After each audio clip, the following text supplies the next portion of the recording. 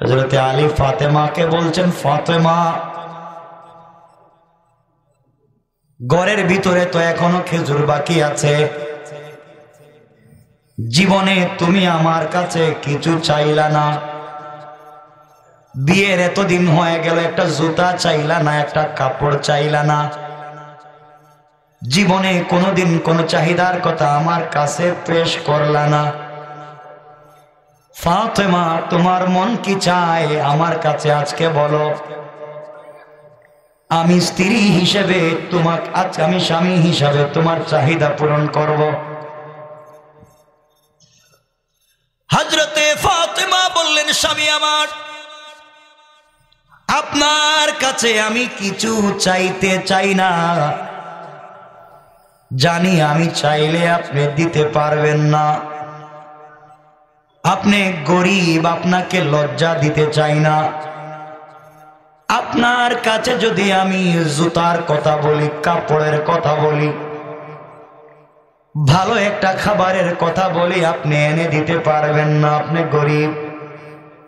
আমি সবর করেছি, আমি ধৈর্য ধারণ করেছি, কিয়ামতের দিনে তোমার হাত ধরে আমি জান্নাতে গেলে আল্লাহ আমাদেরকে খাওয়াবে।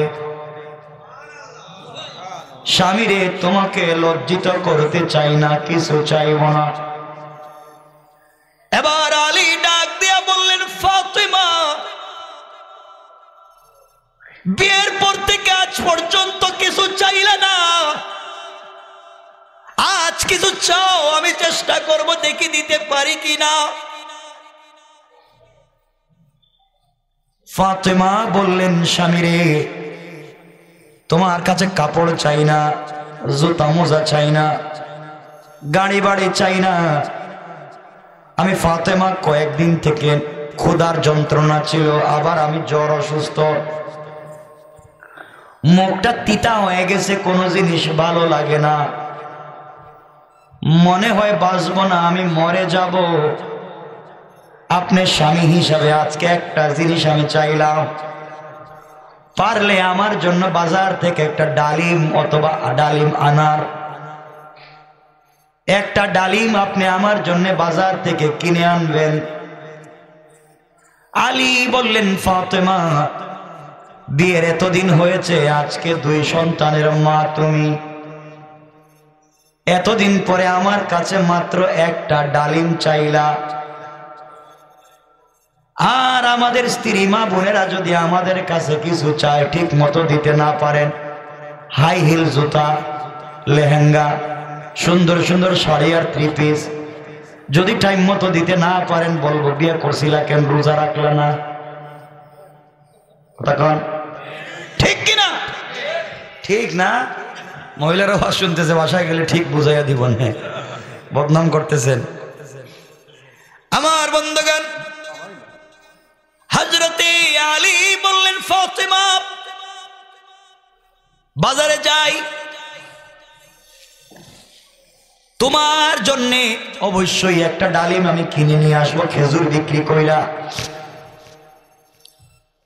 বাইরে মনোযোগ দিয়ে শুনেন, হযরতে আলী বাজারে গেলেন, খেজুর বিক্রি করে একটা ডালিম কিনলেন, পকেটে ডালিমটা নিয়েছেন, বাড়ির দিকে আসতেছেন, মনের ভিতরে অনেক আশা, স্ত্রী কোনোদিন আমার কাছে কিছুই চায় নাই, জীবনের শুরুতে আজকে একটা ডালিম চাইছে, আমি দিতে পারতেছি, বাড়িতে নিয়ে ডালিমটা ভেঙ্গে আমি আমার স্ত্রীকে নিজের হাতে খাওয়াবো।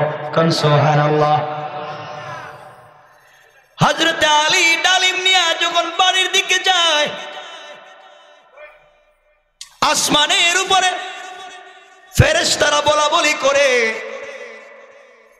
আয় আল্লাহ তাআলা এক ফেরেশতাকে বলে, ভাইরে নবীর সাহাবীদের এত মন বড়, তারা আল্লাহর রাস্তায় শুধু দান খয়রাত করে।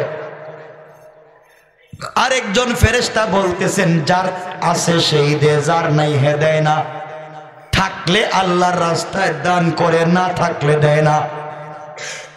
আরেকজন ফেরেশতা বলছেন, থাকলেও দেয়, না থাকলেও দেয়। আল্লাহ ডেকে ডেকে বললেন, ফেরেশতারা ঝগড়া বিবাদ করে লাভ নাই। আমার এক গরিব গোলাম নবীজির প্রিয় সাহাবী আলী হাইটা যায়, 3-4 দিনের ভিতরে খায় নাই। গরিব মানুষ, কাছে একটা মাত্র ডালিম আছে, স্ত্রীর জন্য নিয়ে যায়। আমার এক গরিব গোলাম আলীর কাছে আমার নামে আল্লাহর ওয়াস্তে চায়া দেখো দেয়নি। একজন সাহাবী চাদর মোড়া দিয়ে রাস্তার কর্নার দাঁড়াইয়া কাঁপতেছে। আলী যখন চলে যায় সালাম দিয়ে জিজ্ঞেস করে, ভাই আলী ভালো আছেন? আছি তো। সালামের জবাব দিয়ে আলী যখন চলে যায়, মানুষের বেশ ধরে ফেরেশতা বলছেন, আলী একটা কথা বলতে চাই। কি কথা? ভাইরে আজকে 7 দিন হয়ে গেছে আমার পেটে কোনো খাবার নাই, তুমি যদি আমাকে কিছু খাবার দাও তাইলে আমি খেতে পারবো।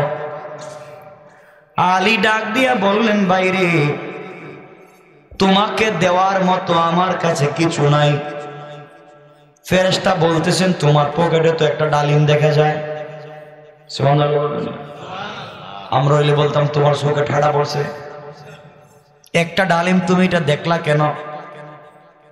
আলী ডাক দিয়া বললেন, ভাই আমার স্ত্রী বাড়িতে অসুস্থ, জীবনে বিয়ের পরে আজ পর্যন্ত কিছু চায় নাই, একটা মাত্র ডালিম চাইছে, নিয়ে যায়।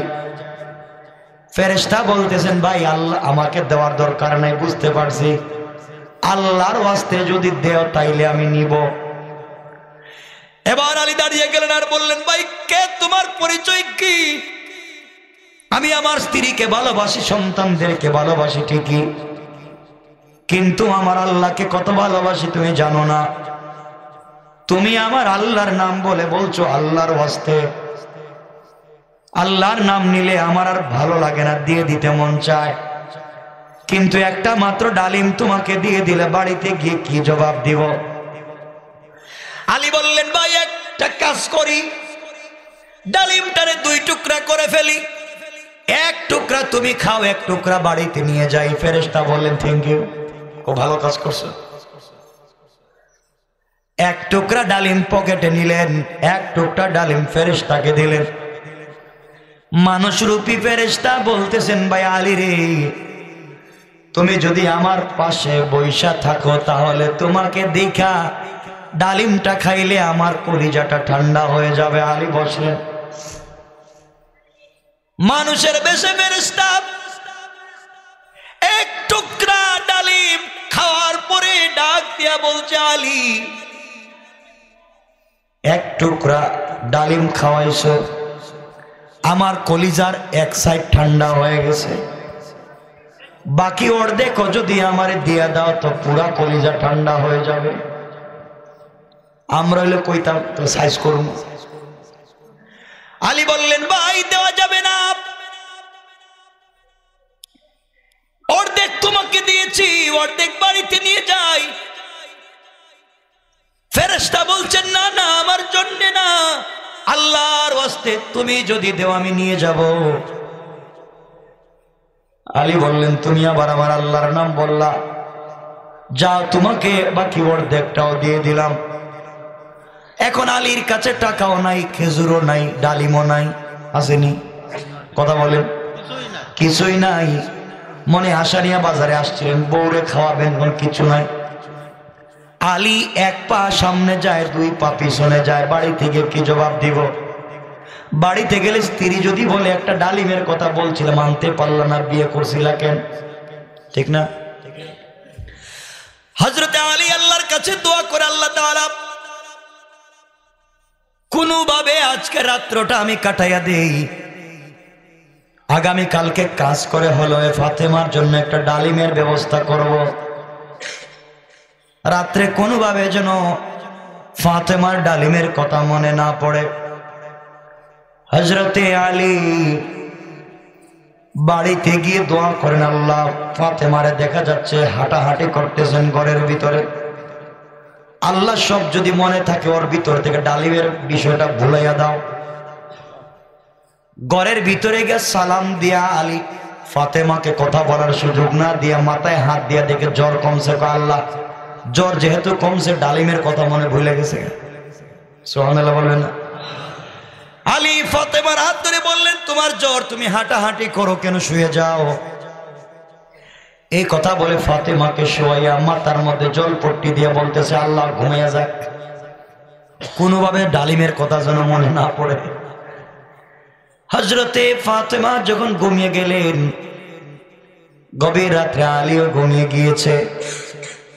এমন সময় শুনেন গভীর রজনীতে দরজার মধ্যে কে যেন ডাকতেছে আওয়াজ করে। আলী ডাক দিয়া বললেন, কে?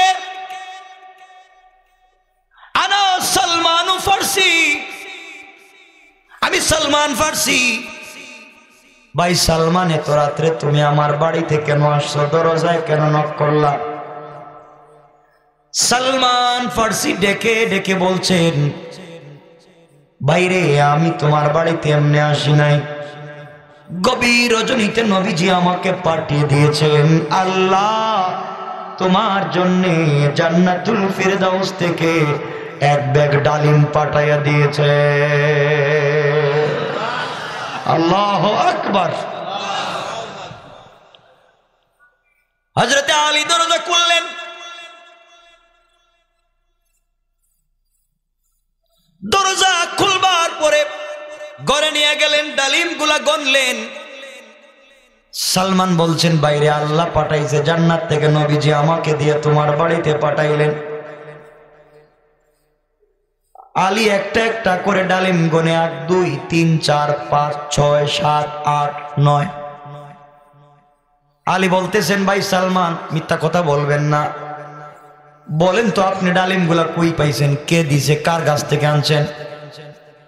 কই বেয়াদবি মাফ করবেন ভাই, আমি জানি না, নবীজি দিছেন তো আমি নিয়ে আসছি, আল্লাহ পাঠাইছেন।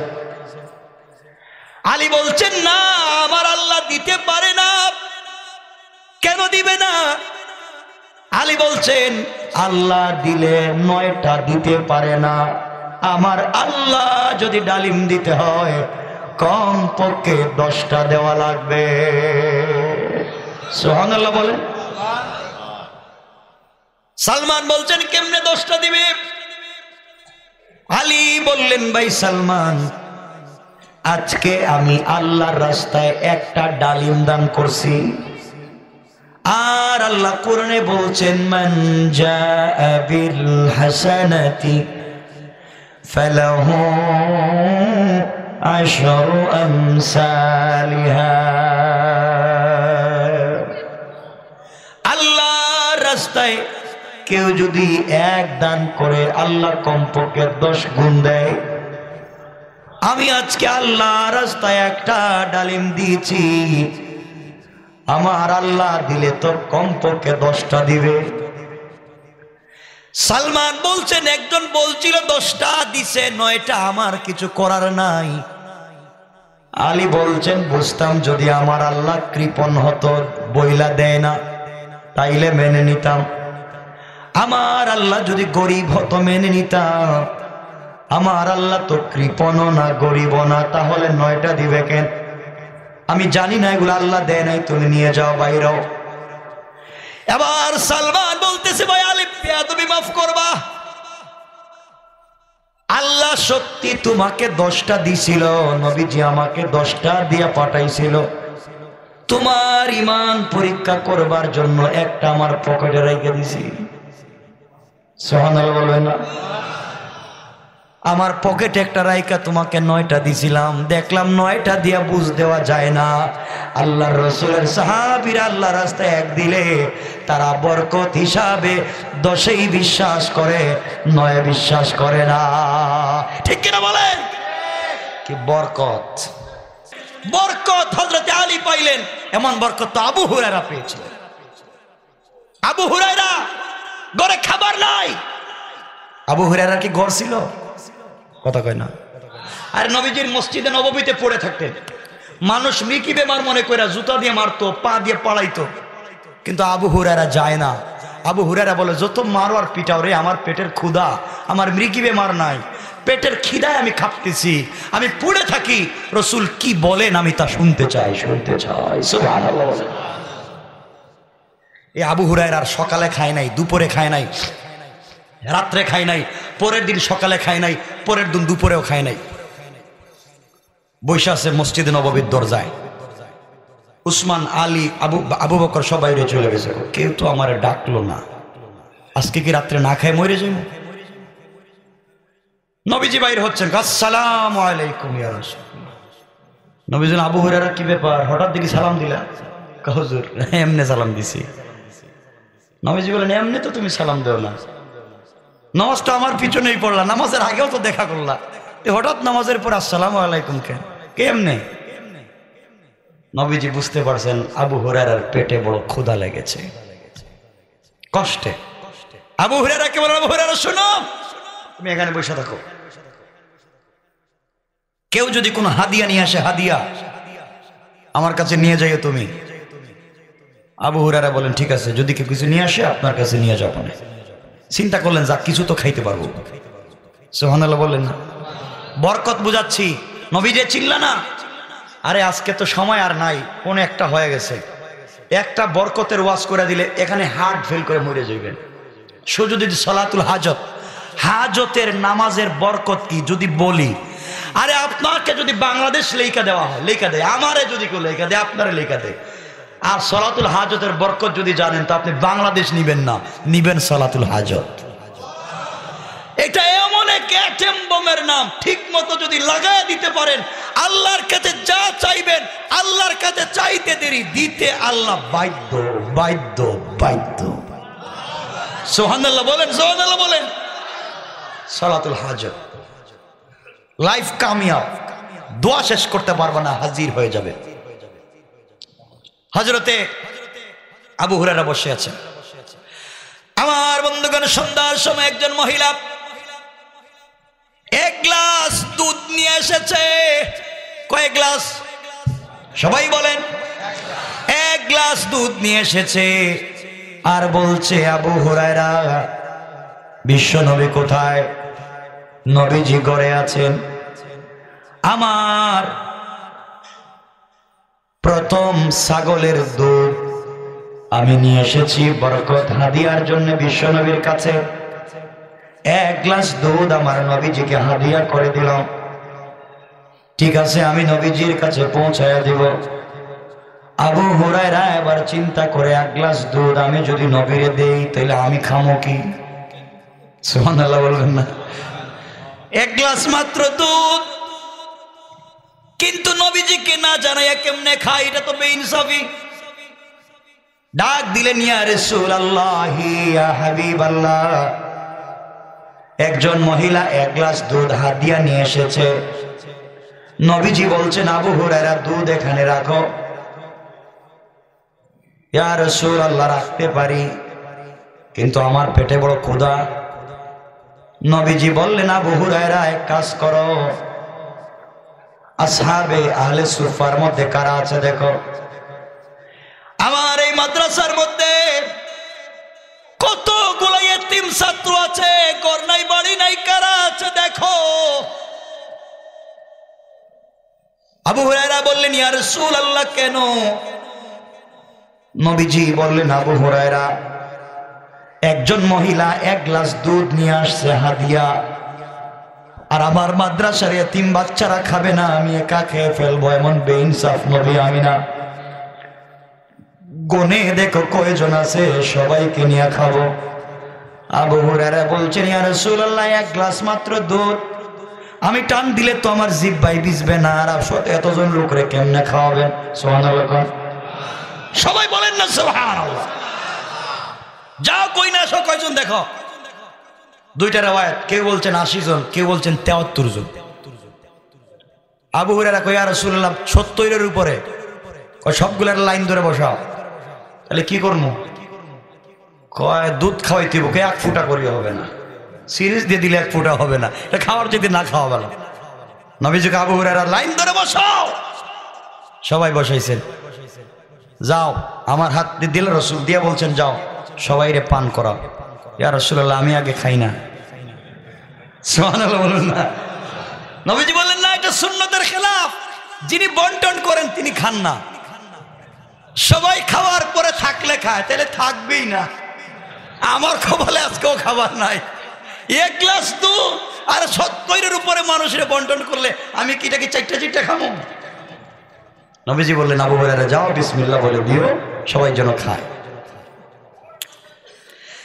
ভাই কথা বললেন না, জায়গা হচ্ছে না, আমি বুঝতেছি। আমার ভাইদেরকে গতবার বলছিলাম জায়গা বড় করার জন্য, কিন্তু জায়গা নাই।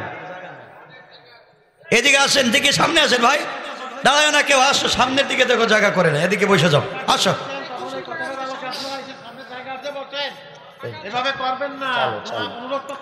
সবাই পড়েন লা ইলাহা ইল্লাল্লাহ, জোরে লা ইলাহা ইল্লাল্লাহ, জোরে লা।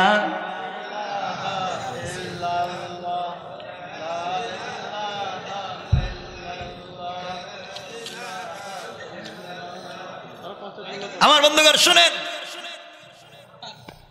আবু হুরায়রাকে রাসূল বললেন যাও বন্টন করো। আবু হুরায়রা গ্লাসে দেখতেছে কতটুকুন আছে দুধ, দেখা প্রথম সাহাবীর কাছে গিয়ে বলছে, ভাই নবীজি বলছেন বিসমিল্লাহ বলে দুধ পান করতে, কিন্তু সাবধান 70-এর উপরে লোক, বুঝে শুনে খেয়েও। সুবহানাল্লাহ বলেন না, সুবহানাল্লাহ বলেন। বিসমিল্লাহ বলে আবু হুরায়রা দুধের গ্লাস দিলেন, আর মসজিদের এই কর্নার থেকে নবীজি ডাক দিয়ে বলেন, সাহাবী আবু হুরায়রা যে গ্লাস তোমার হাতে দিয়েছে, যতক্ষণ পর্যন্ত তোমার পেট না ভরবে ততক্ষণ পর্যন্ত গ্লাস মুখ থেকে খুলবা না। সুবহানাল্লাহ বলেন। আবু হুরায়রা কে, ইয়া রাসূলুল্লাহ এক গ্লাস, আর পেট ভরবো কেমনে? নবীজি, আবু হুরায়রা থামো, দেখি কি হয়। ওই সাহাবী পান করলেন, নবীজি আবার বললেন পান করো, আবার পান করলেন, নবীজি আবার বললেন পান করো, পান করলেন। ওই সাহাবী বলছেন, ইয়া রাসূলুল্লাহ আর পারি না, গলা পর্যন্ত দুধ চলে এসেছে, আর পান করা যাবে না। আবু হুরায়রা আরেকজনের কাছে দিবে, দেখে গ্লাস আগের জায়গায় আছে। একজন পান করলো, গ্লাস আগের জায়গায়। ওই সাহাবীরা কানে কানে কই, কি রে তুই মনে খাস নাই? কই খাইছি তো রে। কই তাহলে কমলো না দেখি? আমি জানি না, পেট তো ভরছে ঠিকই, কমে না কেন জানি না। কই তাহলে দেখি ওরে খাওয়াই কি হয়। হযরতে আবু হুরায়রা আরেকজনকে দিলেন, তিনিও পেট ভরে পান করলেন, গ্লাস দেখা যায় আগের জায়গায় আছে। এইভাবে আবু হুরায়রা খাওয়াতে খাওয়াতে 70 জনের ঊর্ধ্বে সাহাবীকে খাওয়ালেন।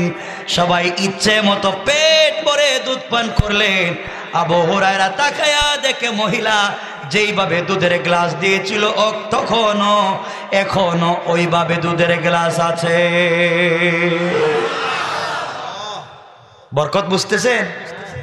আবু হুরায়রা কই, কি রে বাবা কমে না দেখি। নবীজি এবার আবু হুরায়রাকে বলছেন, আবু হুরায়রা বলো এখন কে কে বাকি? হুজুর আপনি আর আমি। নবীজি বলেন, আবু হুরায়রা তুমি খাও, এরপরে আমি। আবু হুরায়রা বলতেছি, ইয়া রাসূলুল্লাহ আপনি আগে পান করেন, এরপরে আমি করি।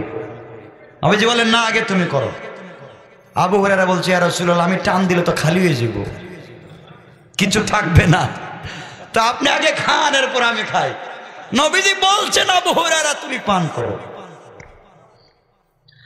হযরতে আবু হুরায়রা চক্ষু বন্ধ করে টান দিলেন, মানে খালি হয়ে গেলে লজ্জিত হলে আমি জানি না, আমারে দুষবেন না। আবু হুরায়রা চোখ বন্ধ করে গ্লাসে টান দিছে, খাইতে খাইতে যখন গলা পর্যন্ত দুধ চলে এসেছে, চক্ষু খুলে দেখে পেট ভরে গেছে, কিন্তু গ্লাস থেকে এক ফোঁটা দুধ কমে যায় না। আবু হুরায়রা তো আশ্চর্য, খাইলাম কি আর হইল কি? ইয়া রাসূলুল্লাহ কি? রাসূল বলেন, খাওয়া লাগবে আরো।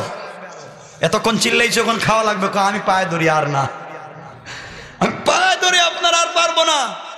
নবীজি বলছেন, আবু হুরায়রা তুমি আল্লাহর উপরে ঈমান রাখো, আল্লাহ আমাদেরকে এইভাবে বরকত দিবেন। সুবহান।